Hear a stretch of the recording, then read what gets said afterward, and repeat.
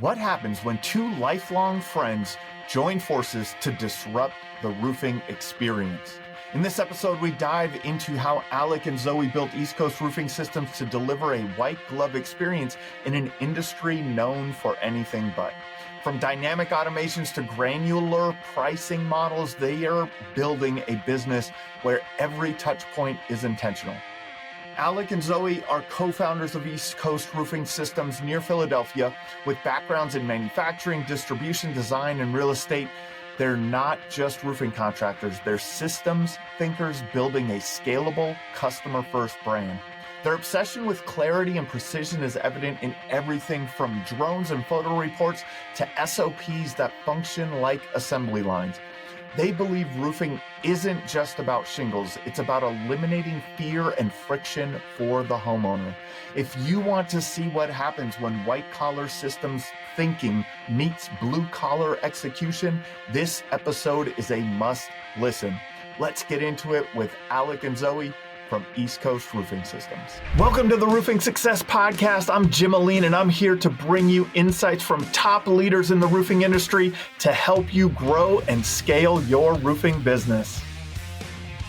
Today, we got Alec and Zoe, East Coast Roofing Systems. How's it going, guys? Hey, Jim. How are you? Thanks for having us. Thank you. Yeah. Let's talk a little bit about East Coast Roofing Systems. You guys are where? Right outside of Philadelphia? Yeah, so we service southeastern Pennsylvania. It's our market. Yep. All right. How'd you guys get started? How did this relationship come to be? Yeah. So we both have different backgrounds, I guess. So we can just chime in. Right. So we've been friends for a long time. Right. Maybe 20 plus years probably. Unfortunately. So I went to Temple University. Went to college for landscape architecture. Graduated, got a job in Center City working at an architecture firm. Worked there for 8 or so years, 7, 8 years, something like that, as a senior project manager. Worked on like commercial institutional projects, like corporate campus stuff, like Apple, Microsoft campus type of stuff. Like none of my projects are in Pennsylvania either, to be honest. And love the work, right? Super interesting, super fun, super engaging. I was just burned out. That's the short of it, right? And hours were brutal. Money was not commensurate with the hours, right? My wife and I wanted to have a family, right? Stereotypical stuff. And wanted to not live in the city anymore. Nothing against the city. That's fine, but I'm not from in the city, right? Have family close by, that whole thing, right? So, right. So Alec and I conversations, right? Starting up a business, roofing, for a number of reasons, happened to be our widget. Right. So it's a widget, right? We're entrepreneurs. It's a widget, to us, very much so. Right. So transition period, right? I was teaching at Temple as a professor for 5 or so years, during that transition period, because there's spare time there too, right? As you're starting up, things. I'll before I get too far, to chime in. Yeah. So, I was a little bit more so in the industry. I went to Penn State, graduated 2014, came out immediately, started working for a shingle manufacturer. And I was in kind of the boots on the ground as a rep calling on contractors in northern New Jersey. And I'll tell you what, that will toughen your skin up and engage a little bit of a rougher individual. But it's okay, though, because I think it kind of it hones your sales craft, and it makes you able to kind of overcome objections with just about any other person that you would encounter in the day-to-day. So I was with that manufacturer for several years. At one point, I moved up, I was promoted, and I oversaw the state of New Hampshire and Maine for distribution and growing market share up in that market. And then I did have the opportunity to come back down to this area. Pennsylvania was also where I grew up. Zoe and I went to high school together. So we go way back. And I had the opportunity to come back down this way and work for a distributor And it was a local distributor out of Reading, and they sold roofing, siding, windows, doors. And so I'd come now from manufacturing to distribution, and I started to engage with customers, other companies that were doing these types of home service projects, and services. And I started to kind of see the inner workings of how some of these companies were doing business, the way their customer interaction was, the way their orders were being done, the way that they were just overall, just the mechanics of a lot of them in this area. And I began to kind of see that, okay, well, there's some opportunity here for us to come in and be a little bit more streamlined, with the usage of some technology and just kind of giving people a white glove experience really with what we're doing here in our brand. So the timing coalesced nicely with the timing Zoe had at that point in his life. And that was why we went on this venture here to start this business. And like Zoe said, for us, roofing, and now we do siding and windows as well.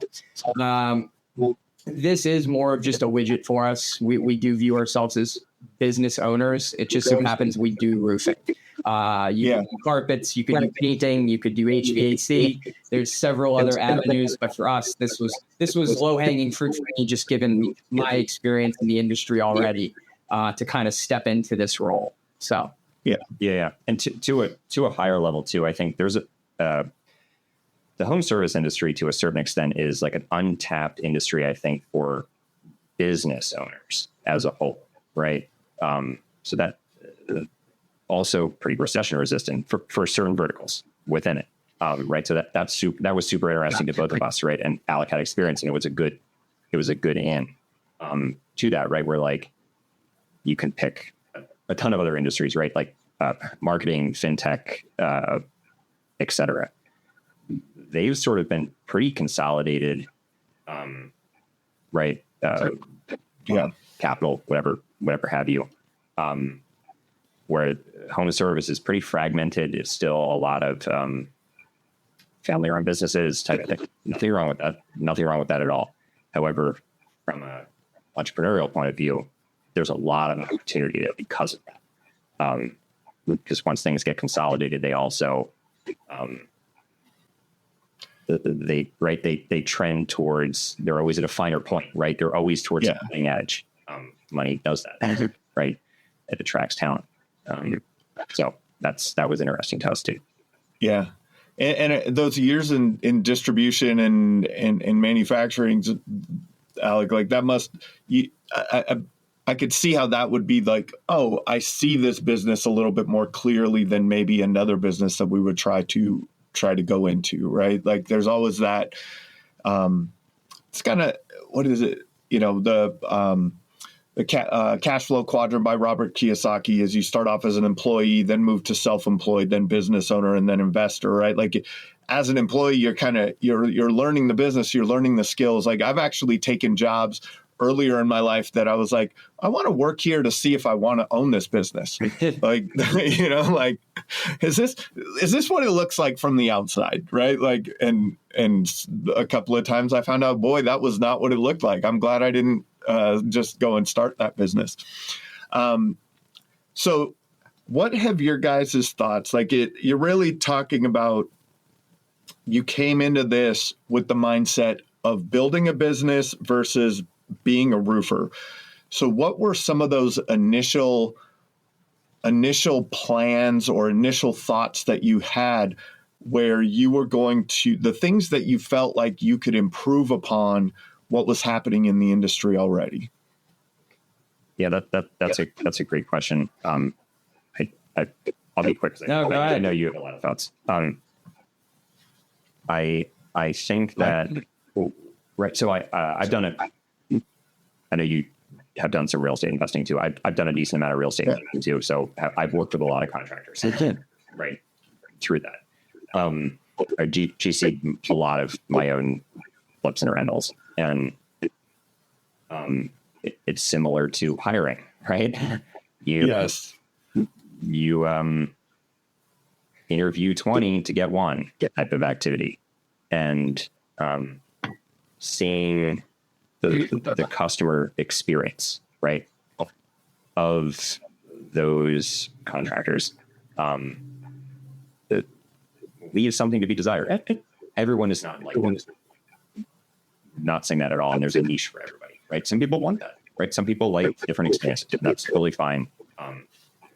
However, we personally, and I think a lot of people do, right? There's a little caricature of your ideal customer, right? And we feel that experience should be like going to the Apple store and buying a Mac, right? That experience should be like that. It should be like going to Penn Medicine or whatever large hospital chain and booking an appointment and getting service there, right? Like it should be that tailored, simple, easy, customer service friendly.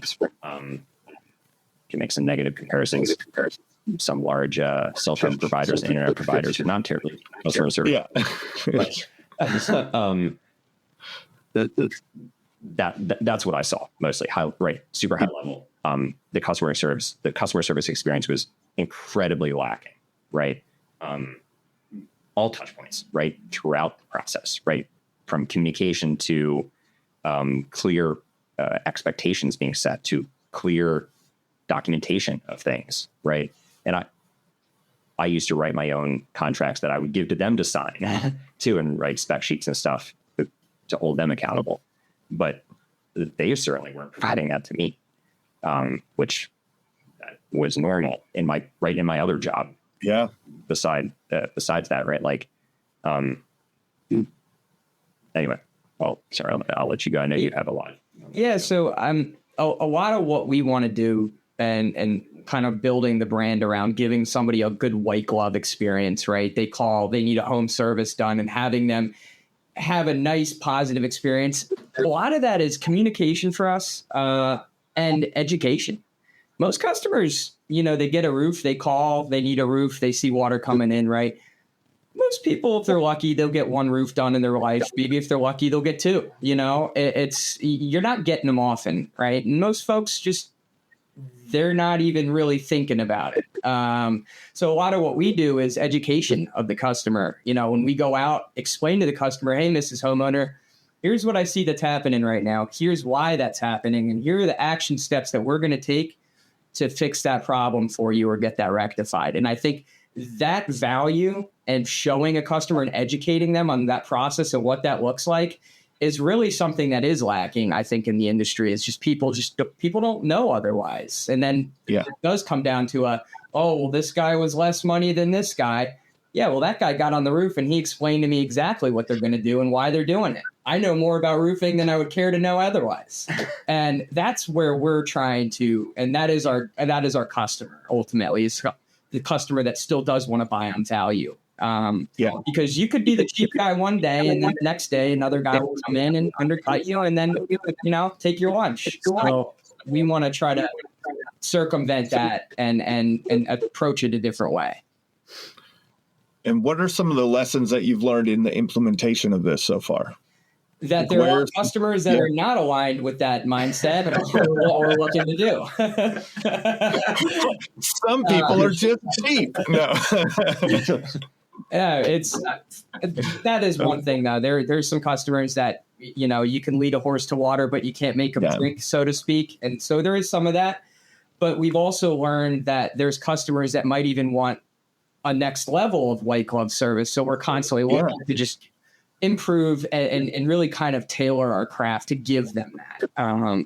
So we came in with good intentions and good thoughts on what we wanted to do, but it's been a Kaizen, a constant improvement and growth of that process here for us. So, and that I think is just going to be continual as we continue to engage with customers, and that will never stop. It'll just continue to tighten. So, I think to add on that's exactly what I had in my mind too. I think. Well, maybe two things. I think we've learned that the world is drifting very quickly towards instant gratification, right? It's that Amazon next day subscription one-click button, right? That is taking the amount of friction out of every single interaction down to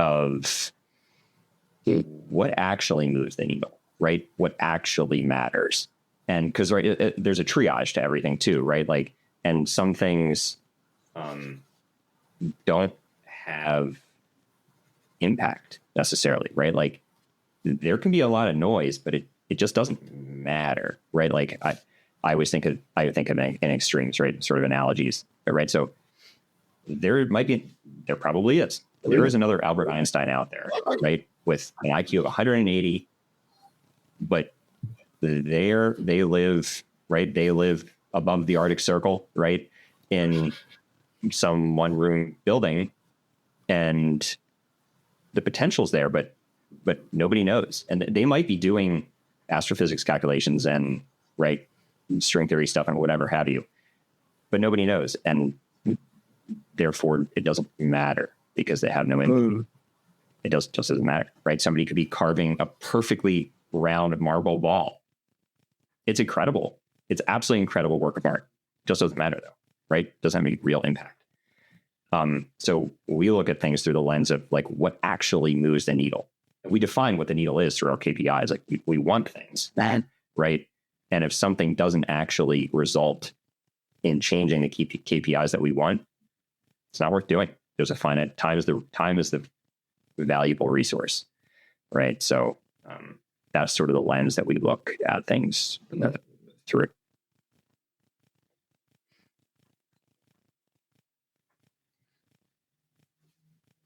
Hey, Jim.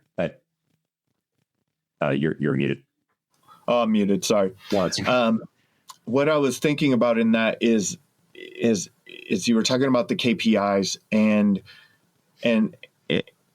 making sure that it matters. So I guess first we need the KPIs. Yep. Right? Well, there is no chicken and egg here. It's like get the KPI first, because then you can determine if it matters or not, or if it's moving the needle or not. How did you go about developing the right KPIs for East Coast? Yeah. We just define what we want, right? We believe that life, very conceptually, we believe that life can just float away if you let it, right? It'll take you, right? And so you have to define what you want, right? Like if you choose what you want out of it, and then you work backwards to get it at the end of the day, right? So like if we want to totally making up numbers, if you want to do $100 million in gross revenue, right? Okay, what margin statistically can you hit? And you work backwards, right? So it's 10 or 15% or whatever, like EBITDA margins, like net margin.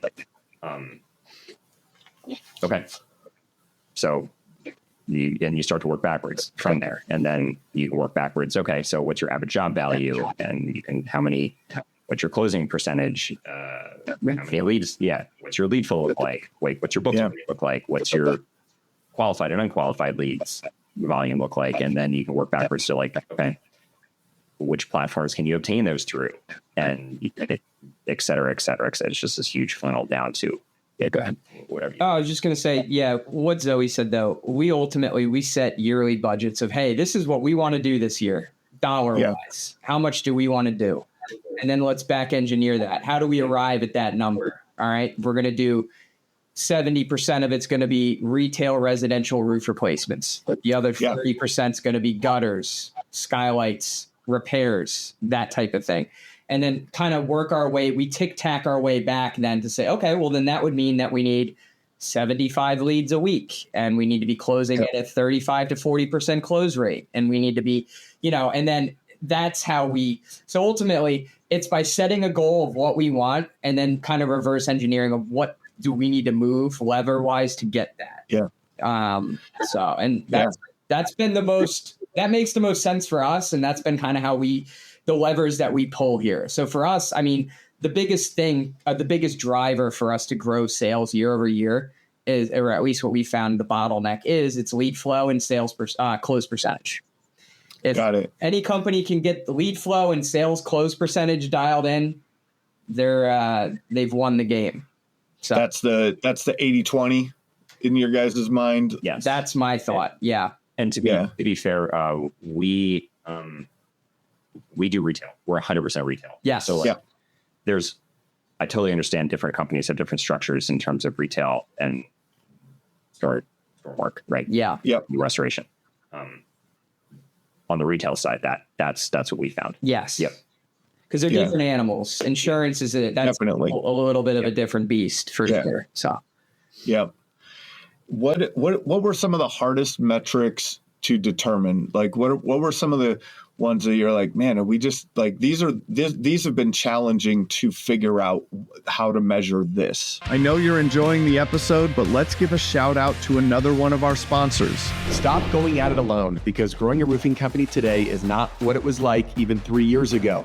Not with the economy, not with private equity, not with AI taking over the world, and let's not forget insurance rewriting the rules. Join the community of roofers who don't really like roofers. We share our winning secrets to help each other dominate in today's fast-changing and unpredictable times. Click the link in the description to apply to join. What were some of the hardest metrics to determine? Like, what were some of the ones that you're like, man, are we just like these have been challenging to figure out how to measure this? Yeah. Everything. So we two things come to mind. I think maybe three things. We're super analytical in like how we make decisions and like break down data, but the reality is it's hard, right? It is hard, right? So like, I know roofer marketers is a omnipresent approach. Yep. So a lot of marketing stuff that's not directly attributable, right? That's hard. That's hard. Yeah, marketing is hard sometimes. It's a hard metric to measure. Yep. Right? It is. Like, I got impression, but was that going to result in me actually getting a sale? Yep. That's right. Yeah. Yeah. 100%. So not to say we do it or don't do it, right? Yep. We do it, I guess. Yeah. Whatever, right? Yeah. It's sometimes it's hard to like call tracking numbers, get you places, right? That all that type of stuff, right? You can use CallRail, and that's great, and you can get to all your data.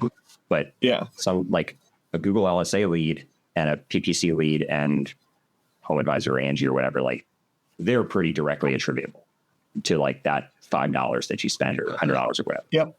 However, that billboard might not be, right? Or that wrapped truck might not be, or that yard sign might not be. Those are yard signs will maybe a little easier sometimes if it's in the neighborhood. However, conceptually, that's a hard one. Another hard one is true cash flow, right? Sometimes, right? Like on a daily basis or a weekly basis type of thing, right? Like there's a lot of money that flows in and out, right? Every business has that, right? But it's not your money, No. right? And just passing through, just stopping by to say hi. wave goodbye. Yeah. So like on a shorter time scale, right? It's easy to, right, over the course of a year, it's easy to click a button in QuickBooks and be like, oh, I made $5,000 this year or whatever, right? Yeah. But on a shorter time scale, to actually make decisions off of on a weekly is probably a good timeline for what I'm getting at. On a weekly basis, like that's hard. Like that's hard. Like there are a ton of unpaid bills that are, right? There might be bills sitting in like 60 different categories that like, there's $10,000 here, there's $1,000 here, there's $100,000 here, there's $5,000 here, there's $500 here, like that are just sitting in some silo, right? But it's not your money, right?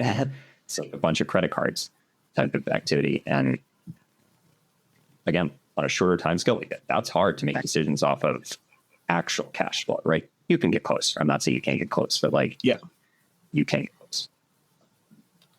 I guess, I think another one, another one might be understanding what got you a result sometimes in general with a business, right? Like because sometimes you can't, it's not this, right? It's not always a scientific method where you can control 100 variables and change one. Yeah. Again, you can get close. I think plenty are attributed. But again, it's about knowing your data to make decisions off of it. I guess that's really what I'm talking about. Everything that I said is that, right? Those have all been hard. Yeah. There's a lot of challenging ones. The marketing is for sure. I wasn't thinking about the cash flow, the day-to-day cash flow. That's another one. Really understanding where you're at. As you guys have built this up and really, I think the way that you said it to me, and let's talk about that customer journey and customer experience a little bit.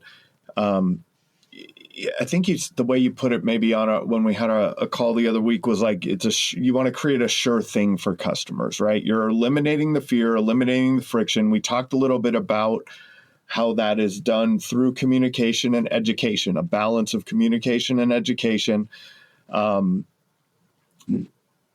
But you also walk through you have these mind maps of like crazy, flow charts of all the, how this works.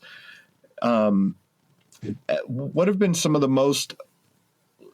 the things that have stood out in developing that customer journey? Like, what are some of the things that you've gotten that really true response from the customer? Like, yeah, we can measure that. Like, that one did make a difference. Like, I know there's a lot that are challenging to understand, but what were some of the ones that you're like, yeah, that one right there? That one was definitely one of those that, like, we made this change in that customer experience, and it was, we saw it in our reviews, or we saw, something like, what were some of those? So I was just going to say, to go with the communication thing, that's the real big thing on a production basis for us, is just relaying exactly what we're doing to the homeowner at all times. Hey, here's where this stands. Here's what's going to happen. And I think implementing a lot of that type of technology where they were just getting hit always. There was never something that was just up in the air of like, I haven't heard from those guys lately. I wonder what they're doing. Like, no, it was almost like, all right, I got it. Like, I'll see you on Tuesday type deal, Yeah. And so that, though, didn't allow for any friction. And then things just kind of synced. Like, they would go smoothly when we were over communicating. And a lot of it was just automations, really. We set up a lot of pre-templated automations that go out via email, generally. We also have a SOP for our sales guys to follow up secondhand with the customer. Hey, Mrs. Homeowner, just giving you a heads up. We're coming out XYZ. Expect a dumpster on this day. Expect us at this time. Expect dumpster pickup on this day. All of that, just pretty much just over communication. And once we really started to implement those systems, there was less headache. Like, the homeowner, we were no longer on their radar of like, I got to watch those guys. It was like we had earned that trust through that communication. And that's really what this whole thing is about. Yeah. People are spending thousands of dollars. They just want to know, hey, Alec and Zoe seem like good guys. It looks like they're running a good ship here, and they're not going to screw me.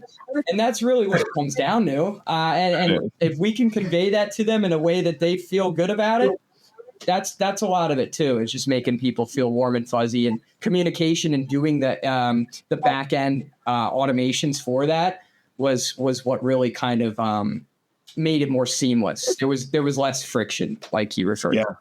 Yes. Yeah. And that's what it is. I always say, I've said it on the podcast many times, if your customer's wondering, you're losing.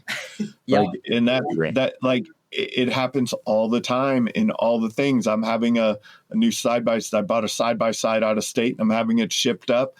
And the guy that's shipping it, I'm like, okay, is it on the road yet? Yeah. Where what's going on here? It's been a couple of days. They picked it up from the dealership. Now I'm losing faith. Like this, and it's not that they're not doing a good job. It's just that I don't know what they're doing or what's happening. So it's like it's just understanding it from the customer's perspective and knowing that, my goodness, that's it. You would think it's a simple thing. For us, even forward facing with the customer, communication is huge, but even internally for us, we're back and forth internally emails amongst everybody here on the team where everything is not over communicated, but it's communicated effectively. Yeah. There's no things that are like up in the air, like, oh yeah, I don't know about that, let me check. Like, no, it's pretty clear what we're doing, and everyone's kind of in the loop, and so that is nice. And we do a lot of that through our CRM. Yeah, and so that's the behind the scenes of the customer experience, right? All of the details that the team needs to know, making sure that everyone's informed of what's happening, what's coming next. Have materials been ordered? Has this been done? Has this been scheduled? Is the dumpster there or not? Like all of the things along the way. What did you build one first, or did you build them out congruently? Like, hey, we're just building it all at the same time. Like, we want to make sure.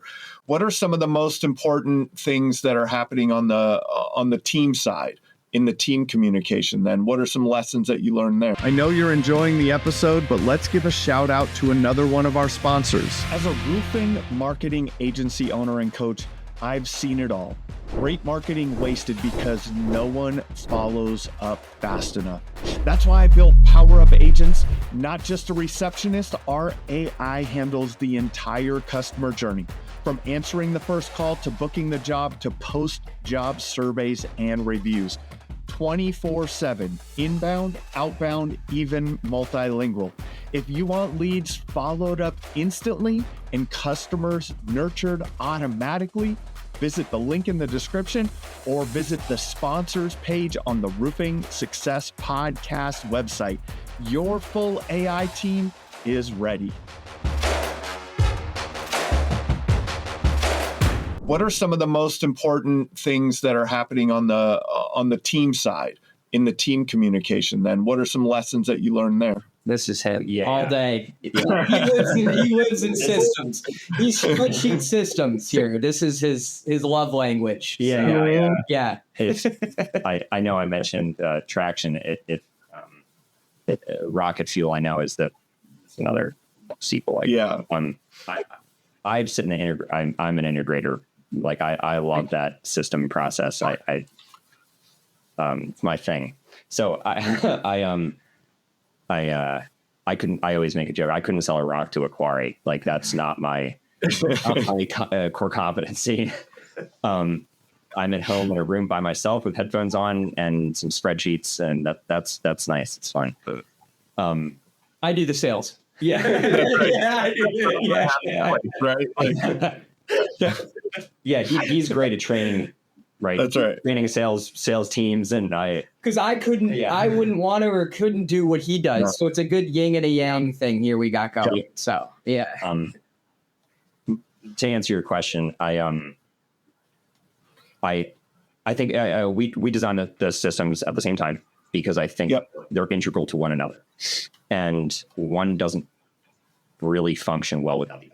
So there's a lot that goes on behind the scenes that also, does two things, right? One is a lot that happens to ensure that customer service experience, right? There's a lot of stuff the customer just doesn't see that happens that makes it easy, right? Like that, right? Like it's like code, right?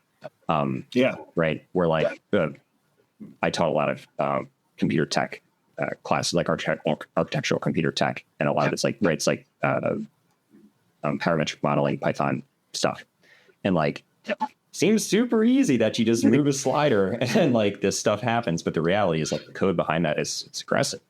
So it's very similar, right? Like it's that one-click button on Amazon. Like that's not a simple thing, really. No, that's very complicated. So like that's the customer sees a nice polished experience behind the scenes.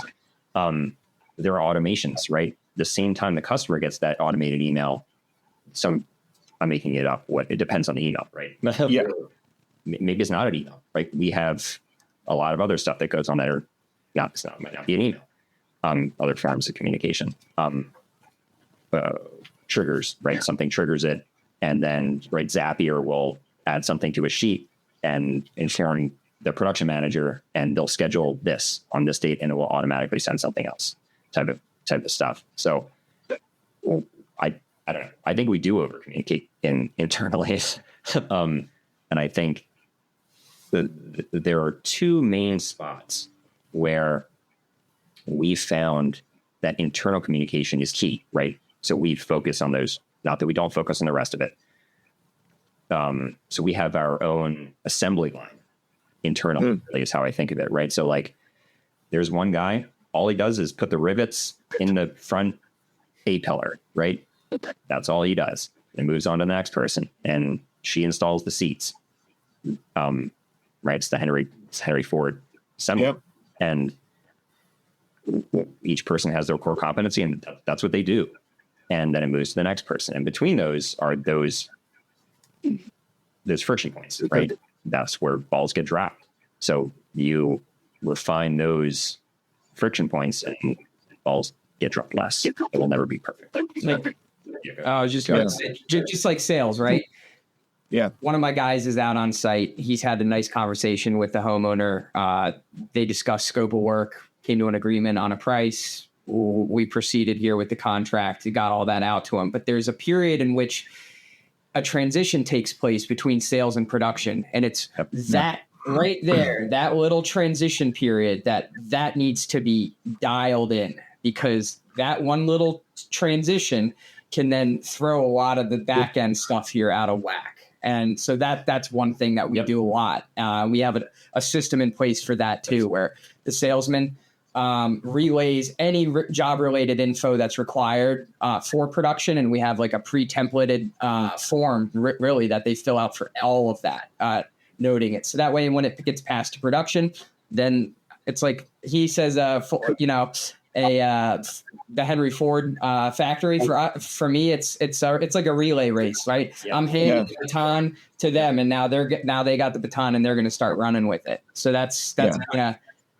but between sales and production, that little transition piece is critical, I think, for things to run good. And it's not just definitely away from the phone call thing, like that gets forgotten, right? Somebody else can't look at that then. Yeah. Right. It's that same, like that information between sales and production also gets moved to billing and like production and edits, right? And insert something for what actually happened. Cross-check billing for, right, dumpster cost and subcontracted labor cost. Yeah. And right, so that's all audited and it's all in one place and we can all look, and whoever does that can just check it and it's right or it's not right. And then there's no discrepancy. Like there's not a phone call. It's like, oh, like, well, did you actually bid this way or did you not? Like, no, it's just there. It's black and white. It is exactly what it is. And it does shift too, because it'll go from office admin, then to sales, then production, then back to office admin, then back to sales. And like, so there's a little bit of a period here where it's shifting hats here and it's getting touched by a few folks. But that process though has allowed us to then scale and do volume to where we can turn and burn some work here. Which has been good. We also don't price stuff by the square. I know we talked prior about that. That's what we were talking about. I was going to go there next. Like, that's exactly what I was thinking about. It that kind of went into like pricing and things like that. Explain explain that a little bit. Yeah. So our view on it is every job is nuanced. There's not some formula. Hey, I can go to this house and it's going to be this amount of money. So we don't quote stuff that way. We very much, it is by the job. You know, some guys, a lot of companies are structured where, I charge this per square. We don't charge by the square. We get a calculated job price based on inputs that we get on a per job basis. And one of the inputs is material cost, right? One of them is our labor cost. And those are all pre-templated templates that are in our CRM. So when our sales guys go in to do an estimate, hey, I need 35 of these. And they put it in. And then after all said and done, it spits them out labor and material numbers. And then you're taking those inputs and you're putting them into another formula we have.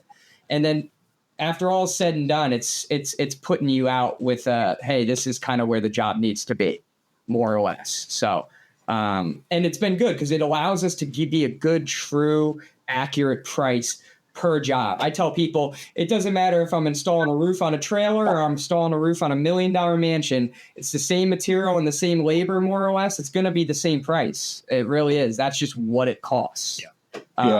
So which works in our favor because then we can scale that. And I think we pick up a little bit of stuff too from guys that are like, oh, I'm going to make a killing on this job. Look at these people's yard, and then so anyway. It's incredibly objective for us. Like, yeah, it's incredibly objective. Like the and I know it, I don't know if it sounds complicated on the surface or not, but it is. It's like it allows us to scale, right? We have live link pricing to our material supplier, right? Live link, instant, real time. So like if they change it, it is what it is. And the salesperson just has to look at the material measurement report that we get order, and just upload it to the CRM, and they just populate a couple columns, and it's all pre-templated, right? 5 minutes, right? And it's all pre-negotiated labor costs for everything, whether it be hourly or by the foot or by the square or whatever, and populates. And then we built an algorithm with a couple punch-in things and a couple check boxes to assess,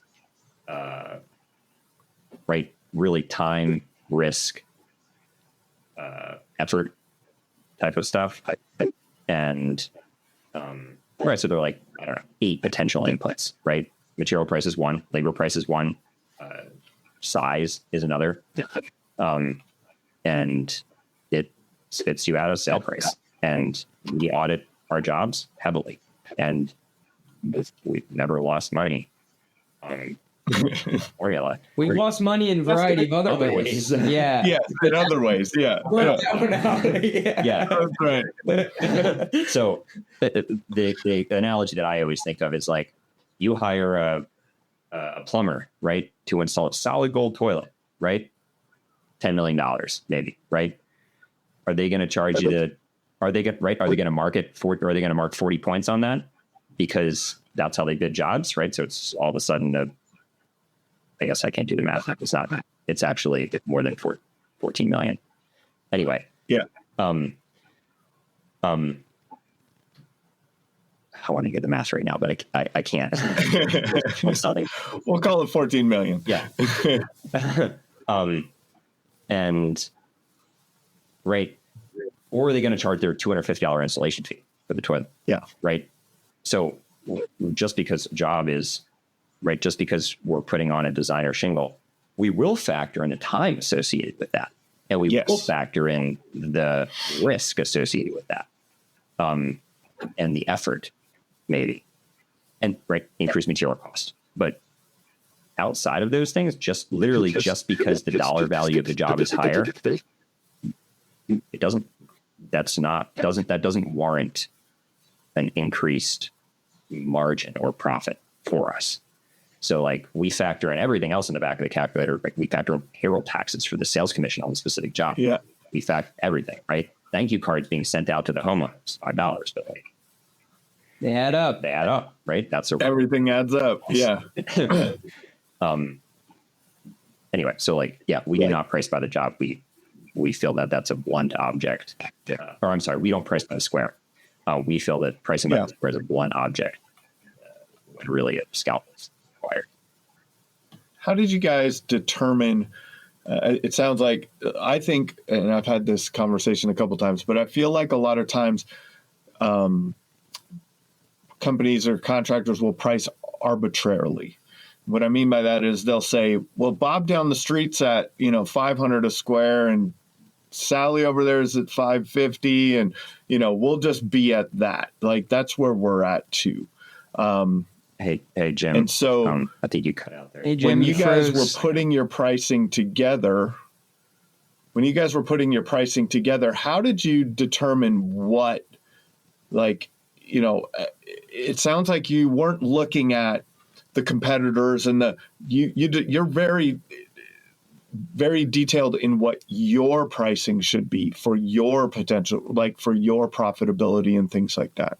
Yeah, so we are very clear on what we're putting on and scope of work with the customer and the time frame associated with that on every job. And every job is different depending on what it is we're doing. But I also would say that sometimes there's a little bit of a disconnect between what the homeowner gets from competitors, right? Somebody could quote a roof replacement, right? but they're not factoring certain things, and they're not necessarily apples to apples estimates. Whereas like we tend to be very, very clear with this is exactly what you're getting, and here's the cost associated with that. And communicating that effectively to the homeowner so they understand that is important. And that's something that myself as well as my sales guys need to do to make sure that there's no discrepancy or confusion there, because sometimes homeowners will look at a few estimates. Most people are getting 3, maybe 4, right? And then they're looking at pricing and they're like, oh, well, they're all roof replacements. Well, no, they're not. And, because sometimes we ask homeowners, oh, just send us over what they said. You can cross out the price. We'll not even talk about that. Let's see what they wrote, scope of work. And they sent you some bar napkin with some guy that wrote a number on it and a couple of things. Yeah, roof replacement. But they're not changing the counterflat. One line item. They're the drip edge. Like you're not replacing the skylight unit. So anyway, for us, it goes back to the communication thing where like we try to like be very clear of like, hey, this is exactly what you're getting, and it's itemized on our estimate. We're pretty anal with that. If you haven't, you've been talking with Zoe and I enough now to see that. He's at his computer with his headphones on in the spreadsheet. She's figuring it out, right? Like, the other happy place. Well, he's also looking. We do drones, so my sales guys do the drone thing. It's great. We love it. For one, it's a safety thing too. On roofs that are a little bit more sketchy stuff. I was on a roof here today, but stuff that gets a little bit steep or a little bit non-walkable. It's good to throw a drone up and get some photos of it. And it's good for multiple reasons. One, it's another value proposition. You're showing the homeowner, hey, here's going to be what we do, or here's a before and after of your roof when we come in. It's a show, right? You're out there, people are looking. Yeah. It's a show. It is. And it also helps for production standpoint. So like if we have we do repairs, right? We have a nail pop. We're not sure, but it's in this general vicinity, right? Our sales guys have the ability to mark up a photo saying, hey, this is the exact area that we need to remove here to pinpoint what's going on underneath, that type of thing. So the drone thing has been great. And it's good because we take a lot of photos. So when he's not looking at spreadsheets, he is looking at photos to making sure our crew is tying off when they're supposed to and doing everything. Yeah. And that's one thing we sell on also. Our guys tie off.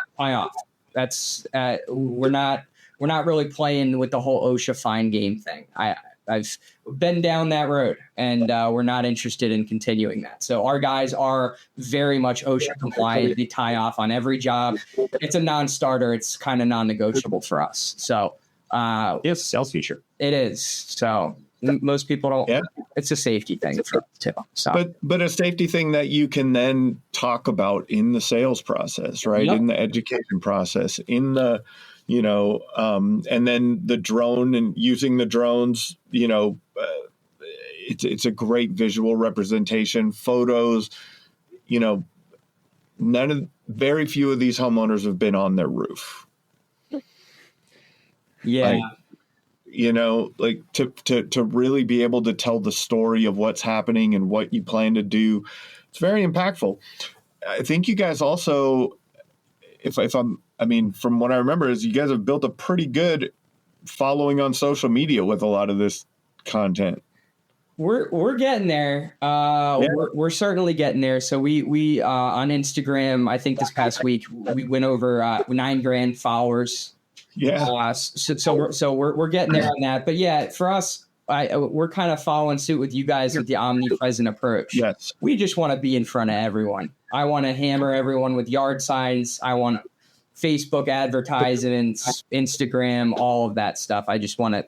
Yeah. They might not need a service from me right now, but when they do, they're going to give us a call because they've seen me probably 18,000 times. That's the goal, right? I think we also talked a little bit about event marketing, and that's one of those things. Man, tracking the ROI from events is always a challenging one. Yeah, I mean, they're good quality impressions, right? Like they're good quality impressions. And we have attributed some, right? We've attributed some back, to events. Yep. But absolutely. But it's hard, right? It's hard, but it is the omnipresent approach, right? It doesn't cost a lot of money. right? To do those types of things. Like a lot of events are $100 to get a table, right? And we write tent, logo, flag, right? All the stuff, right? And it's good impressions. I mean, right? You do the tent thing, and you do the sign thing, and you send the direct mail, and you et cetera, et cetera, et cetera. Et cetera, et cetera. And that's all of those touch points add up for sure. It does. And some of those smaller ones, like you said, if, $100 here, set a table up, we get one lead out of that. That's less than my cost per lead that we're running for marketing. Right. So for me, it's a win. We're in the green already, right out the rip. So if you think about it that way, that's barely an LSA lead these days. Yeah. Yeah, 100%. How has your mindset shifted from when you guys started till now? Like, has there been how has it evolved through being in business for some, few years now? Yeah, that is a good question. Yeah, it is. That's a great question. A couple ways. I think the biggest one that comes to mind is, I think over the past, for me, or maybe you probably took thoughts. For me personally, I think it's really narrowing in. It gets back to what I said earlier. It's narrowing in on what is the right business. Revenue is the metric of success, right? I should say, revenue is vanity, profit sanity, to be clear. So net revenue is what matters. And revenue generating activities, and really dialing in on, because that's fuzzy sometimes, right? Like, what is actually revenue generating activity, right? Is it door knocking? I don't know, right? Is it refining that, right? The automated email, marketing email to go out at 10:30 a.m. to click through rate changes, right? Yeah.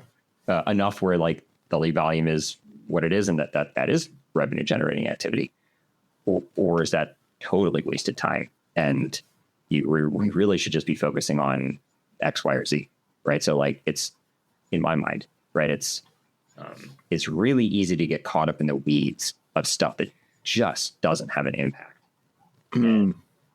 That's so easy. And I also, to a certain extent, I think of it in a couple tiers, right? The worst tier is to have all the education and no action, right?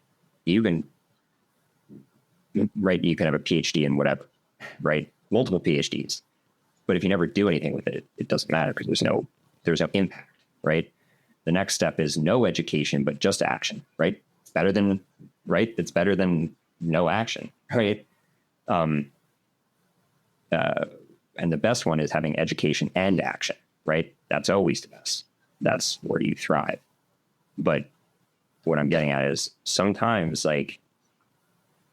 you say it all the time, do something, right? Yeah. When you're starting out, do something, and then you can go from there, but not getting caught up in the analysis paralysis or whatever have you.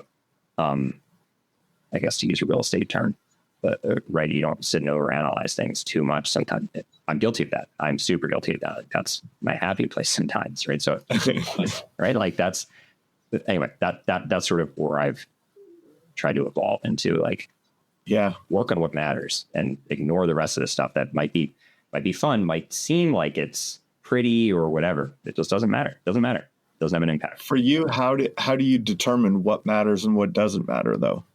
Yeah, there's if it changes the KPI or not, right? So Got it. we try a lot of stuff, and some of it hasn't worked, and doesn't change the KPI, and we sit and think okay, well, if we change these three things about it or whatever, if we actually went through an A/B tested these or many things, would it actually change it enough where it would get the KPI to where we need it to be? Right. So, so for instance, we worked with the large lead gen service company, maybe I should say, like paper lead in the past, to leave names out of it. And I tried it. It was undesirable at the time. And we went back and we thought, oh, okay, so maybe we did these things wrong. Maybe we treated these leads as if they were Google business page leads, right? We didn't nurture them correctly in front to make them viable in the back. We thought that was our fault. And not to say that it still isn't. Maybe we're misinterpreting it. I don't know. Yeah. But so we tried it again. Same result, right? So right in our CPLs were like $1,500, and $1,500 CPLs are not viable for our business. Other businesses, they might be, right? Yep. Hey, you understand where I'm going? Yeah. Trial and error. That's been the biggest thing. You just got to throw yourself at it, try a bunch of stuff. We've had stuff that we're like, it was a resounding failure. And then there's been other stuff where like, all right, well, we broke even, or we made a little bit here. This maybe if we tweak this one or two things, then we can improve that and get it more dialed in. And it really has. It's just been you got to throw yourself at it. I mean, when we started this business, the phones don't just start ringing, right? Zoe and I went out, we were knocking doors. And, you know, I'll tell you what, door knocking is, I give credit, even the people that come and they sell pest spray for around the perimeter of your property. Yep. I'm friendly with all those people because I'm like, hey, man, I get it. It's brutal out there. And then I ask him if he's got a solicitation permit. No,